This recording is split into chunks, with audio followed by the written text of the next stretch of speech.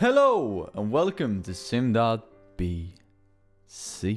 where it right now is 16:59, and I'm gonna share with you kind of an interesting story about yesterday and today. You see, yesterday I kind of got a hold on my new phone, woohoo! And I can say straight off the bat that I'm more pleased with the case that I actually picked out than I am with the actual phone. Not that it's anything wrong with the phone, just that, you know, matte black to okay, it kind of looks the same, but it's all shiny.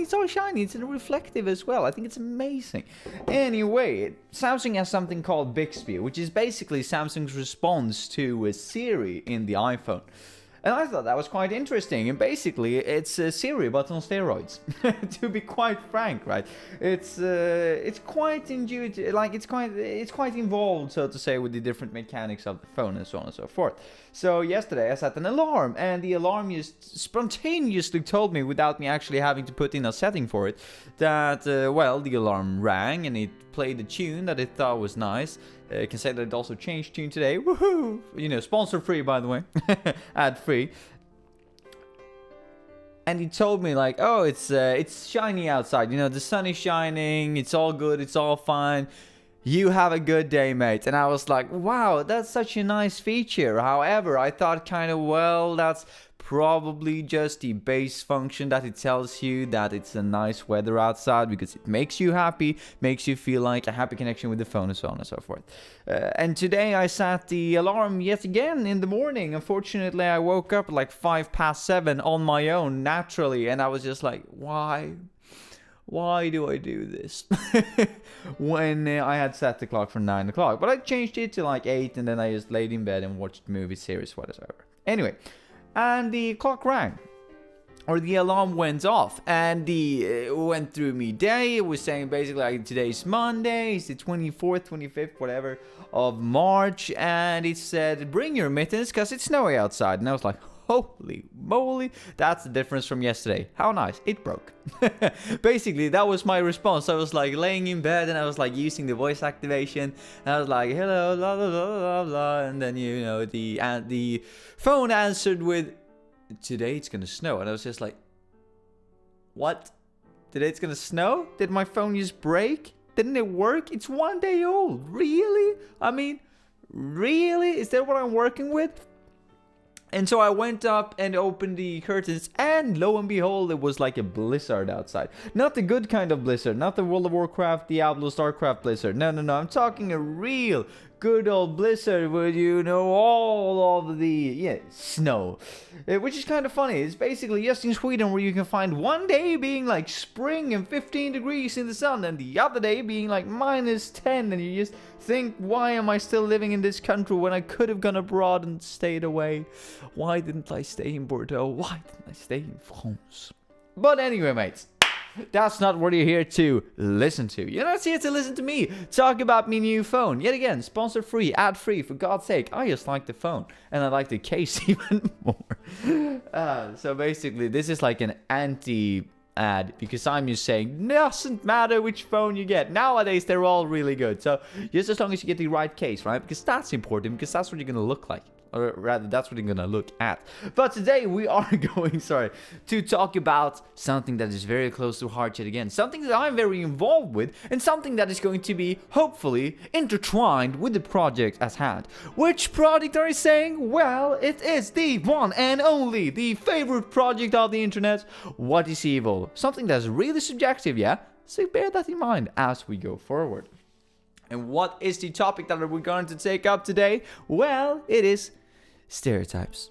And I think we've been talking about this before in another video, so just bear with me. Yeah, if you watched that one, was probably like, what, 5 months ago, something along those lines.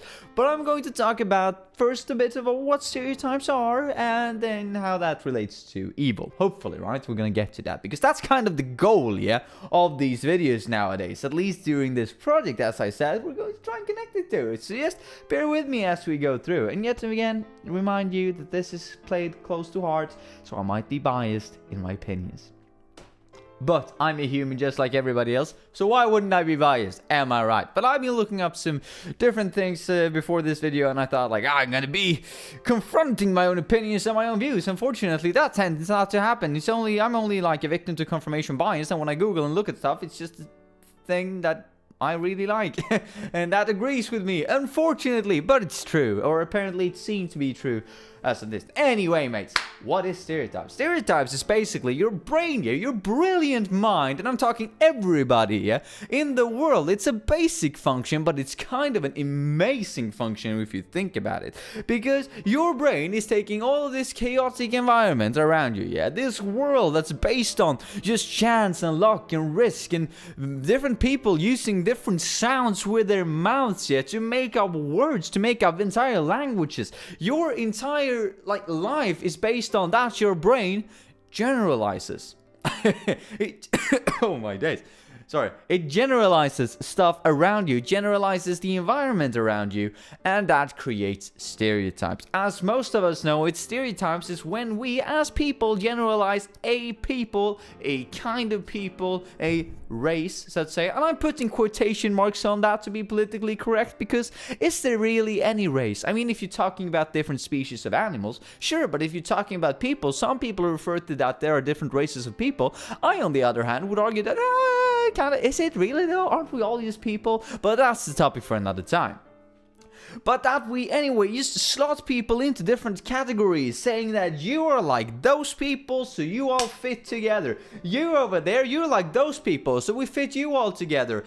We try to make up small boxes, that our brain can access, so that we can actually think about and try to attain what is really what are those people like, in contrast to those people over there. And if those people are different from those people, they must be different in all kinds of things, right? Can't be similarly at all. Can't be similar at all because they're different stereotypes. And if they don't live up to the stereotypes, I don't know what's worse. People living up to a certain stereotype or people not living up to a different stereotype. Actually challenging the stereotype. Because if they're challenging the stereotype, they're basically challenging your mind, your brain that's actually categorized them like this. And basically when they're not following the stereotype that you've applied to them, it's basically them saying that, haha, your brain didn't manage to put me in a box, did it? Because I'm not like the others in here. Which is, in a sense, when you think about it, obvious, because are everybody alike? No, everybody's very different. And that is also the reason for why your brain tries to do this, so that actually can make sense of the world around you. Because if it were to look at every small little incremental, every microscopic change between everybody, you would have like what? How many people are we in the world? 7 billion people? Just imagine 7 billion quote-unquote stereotypes where everybody's in their own box. Your brain just couldn't handle that. That's why your friends tend to be more diversified, so to say. People are saying, oh, I don't like those kind of people, but your friend is one of those people. Yeah, but I know him. He's my friend. That's because you've explored that this person is someone else. You've explored that entire person. So now your brain can relax and say like, well, this is that person. I know that person. I know the entirety of that person. I don't need to slot that person into the group over there because I know who that is. See what I'm saying here? It kind of makes sense. Or rather, it actually makes sense. So are stereotypes bad? So basically, just going to refresh after all that rambling. Stereotypes is basically your brain putting extremely chaotic environments into easy boxes to slot them into actually access information. And one of these things that many people are taking up is that, well, that must mean that you're pushing everybody over the same edge. Put alla över en kant in Swedish. Which is not good, because you can't just judge an entire group based on one individual's, actions or opinions, right? Because that's what tends to happen. You see one person who you feel is representative of that entire group, and so you judge that entire group based on how one individual acted. And don't come here and say that, I don't do that. I mean, you can try. I try not to do that, but still, I do that. I'm thinking about, when people say Europeans, I think about Europeans in a specific way. When people say an American, I think about the Americans in a typical way, right? Especially when people are saying the typical American, the typical Asian, the typical African. I'm like, the typical one, you access these different these different pictures in your mind. And most people, as with me, are going to say that that's not good. You shouldn't do that, even though it's inevitable, right? So rather a good thing to say, instead of saying that's not good and just stay there, because, yet again, it's inevitable to do this. Unfortunately, or at least it seems so for me, might be that I'm not intelligent enough to see the obvious solution of how we can fix this. But I would say it's an inevitable circumstance of life that we just evolved into doing this. However, I might be wrong, and I would invite you to say that I'm wrong, as long as you, motivate your statement, because I would like to be wrong, because I don't think that this is a good thing.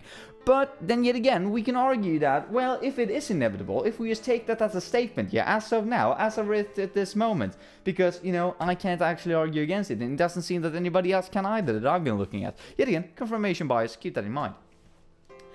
Then we can try and utilize it in the best way possible. Now, can't we? And that is, well, what you gotta say, stereotype management, which is basically, you're as a manager, you have your team. It was a long time ago since I used this analogy. But you as a manager, you have your entire team. And in order for you to actually use your team, utilize it to the best of their ability, you need to manage a lot of people. Maybe you're saying that you have 250 people as staff members, and you're just like, wow, I don't know every individual here. Even if I wanted to, even if that would make greater decision making possible, even if that would make, a better business process, it's not just feasible, right? It's not just possible, and especially when you extend it. Imagine, Zuckerberg, right? After the scandal. Imagine Mark Zuckerberg, head CEO, founder of Facebook, going out and say, I will say hi to all employees and I will know them. That's the mission for the year. I mean, he probably has something innovative like that going on. Wouldn't surprise me. I would actually say, 2 thumbs fresh, mate. That's all good. However, is it reasonable? Is it feasible? I'd argue no. Not in such a big corporation. And even if you go and say hi to each and every person, you probably would tend not to remember them, which is kind of bad. Because that's the same thing as saying like, haha, I actually spent time on you and I don't remember you. Is that the same as saying that I don't really like you, I don't really care for you? There is an argument to be made there. However, stereotype management is basically you saying that I have all of these 1,000, 10,000, a million employees, let's just say, and I'm putting them into different boxes. Maybe I'm saying all my managers will do this based on our corporate culture. All of our employees will do this based on our corporate culture, based on our corporate, associations, based on our suppliers. All of the people working with the suppliers will do this. All of the people who come from this part of the world will probably take on the problem in the corporation in this way. Maybe that I'm putting people from different continents into the same team to increase diversity and say that, well, now you probably will have very different perspectives on the same problem. However, this could of course lead to that all of the people that you nitpicked and you handpicked are actually the same, because just because they are from different places, just because there is a stereotype, yet again, the criticism of Hofstad's are we going at now, is that, well, just because an entire population might be categorized as one thing doesn't mean that everybody in there actually is. So there could be that, people from different places of the earth, even if you try to diversify, are all the same. They might just look a bit different. Which is kind of interesting, I'd say. So, is stereotypes evil? Well, rather, you're just going to say that's how you use stereotypes, right? In a good way. Try to utilize them in stereotype management. Easily accessible and fastly moved, so to say, information. Try to access information, generalize information, act on the information, instead of actually looking at every single individual thing as, every single knick and cranny, every single screw in a car, right? You just look at the car. Anyway, mates, is this evil? Because that is what we're here to answer now, isn't it? And I know that you're sitting at home and you're like, this isn't about evil at all. This was just a clear understanding, a clear presentation, not rambly at all. Clear structure, a red line through it all about stereotypes. I know, I'm burning for it, mate. Sorry. We're getting in there. So is it evil? Now, I would argue, yet again, this is one of those things that I was thinking about when I was about to go to bed, and I was like, oh my days, stereotypes, of course they're evil, because you're slotting everybody into different corners, you're slotting them into boxes. You are basically arrogant enough to say that, well, I am intelligent enough to put you in a box and say that you belong there, yeah? Isn't that evil in and within itself? Because even though you don't physically, as in greed or gluttony or wrath for that matter, you don't physically make something on someone else's expense, right? You don't consume resources on someone else's expense. You don't act in such a way that it necessarily physically will take anything away from somebody else. However, what you do when you what you do when you utilize this stereotype management, if you're not aware of its weaknesses, is that you might let this influence both your own way of thinking, applying that, oh, this is actually right. All of the things that I'm thinking about these different groups, that's fact. And that's a very bad way of going down. Because if you're arrogant enough to think that your stereotype management is the basis of, facts and the basis of all that is right in the world, and that if that people are going against this, they're mad and bad and shouldn't be in the corporation, that's pretty bad. Because not only are you arrogant, which is yet again, not a good virtue, right? But you're also introducing the idea that when people look to you, no matter who you are in society, really. I mean, you can be living on the streets, God forbid, right? But it do happens. You can be living in a midlife crisis. You can be living in a top floor apartment. You can be living in the penthouse. You can be living in a shed. You can be living in the castle of the country, for all that matters, right? For all that I care.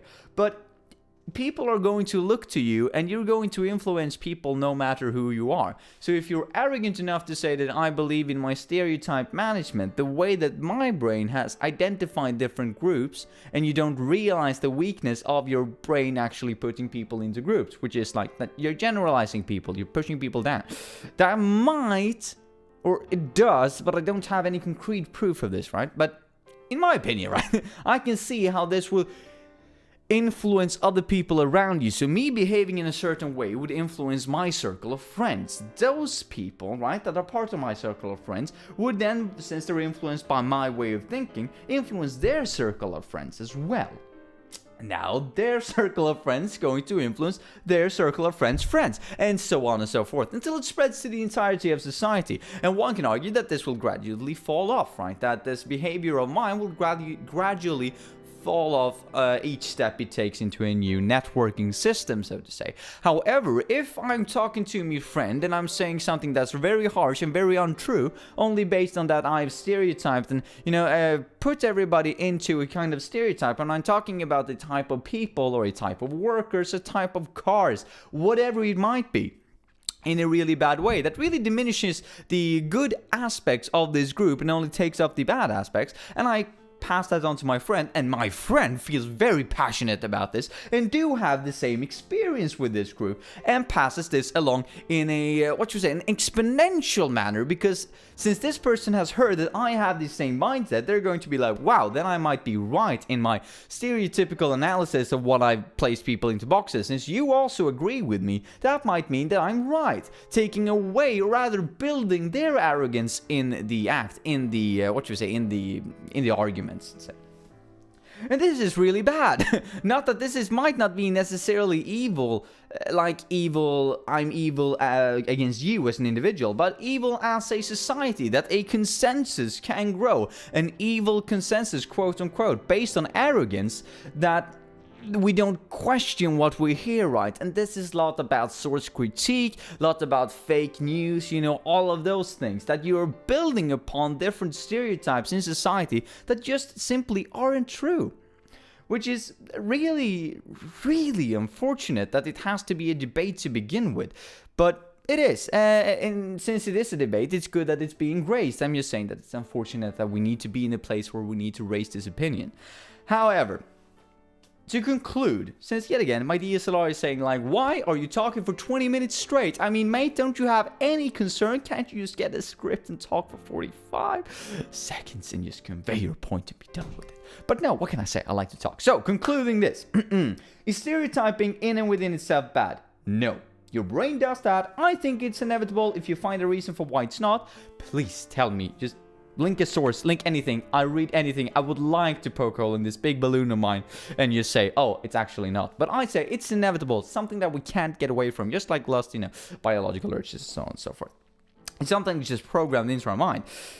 Is it bad that we use it? No. It's good that we learn to use it since it is a negative aspect. However, what is evil is that we are actually passing that on to other people with the arrogance of not looking at the bad things that are inside of stereotypes and so on, passing that onwards and making a negative social picture. Wow, it's only 5, 4, 3 left. Have a nice one, mates. I'll see you tomorrow. Wow, we made it. Whew. And I think it will turn off itself.